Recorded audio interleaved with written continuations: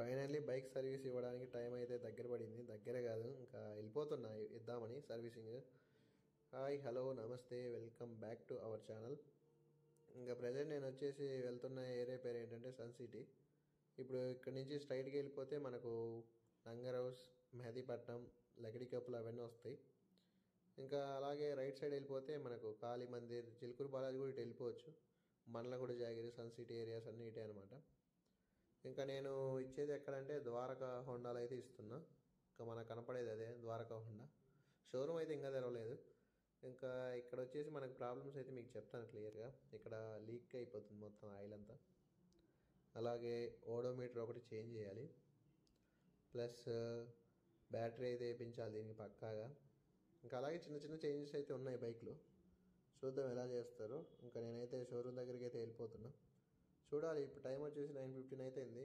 నాకు తెలిసి వీకెండ్ కాబట్టి ఖచ్చితంగా వచ్చే ఉంటాయి బైక్స్. చూద్దాం ఉన్నారో లేదో. ఇంకా నేను వెళ్ళేసరికి ఉన్నారనమాట బైక్స్. ఒక 5 మెంబర్స్ ఆల్రెడీ ఉన్నారు వెయిటింగ్లో. ఇంకా నేనైతే 6th మెంబర్ని చెప్పేసాను మొత్తం ప్రాబ్లమ్స్ అన్నీ. వాళ్ళైతే మొత్తం నోటెడ్ చేసుకున్నారు. ఇంకా చూడాలి ఎలా ఉంటుందో, చేస్తారో లేదో సరిగా.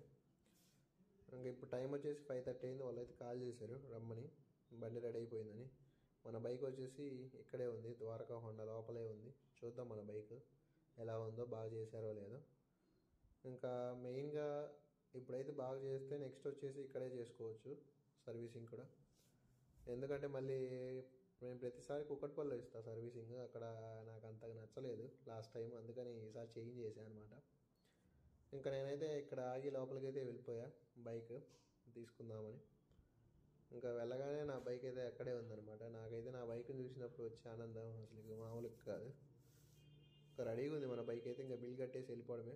ఇంకా బిల్ అయితే ఓవరాల్గా మనకు బాగానే వేశారు, పర్లేదు. 37 పడింది, 3742 రూపీస్. అలా బ్యాటరీ కూడా చేంజ్ చేయించా కదా. బ్యాటరీకి అయితే 2 years వారంటీ అయితే ఇచ్చారు. ఇంకా అలాగే పాత బ్యాటరీ అయితే నాకు కావాలని చెప్పి నేను వెళ్ళేసరికి మన బైక్లో అయితే పెట్టేశారు పాత బ్యాటరీ. చూద్దాం ఎలా స్టార్ట్ చేద్దాం.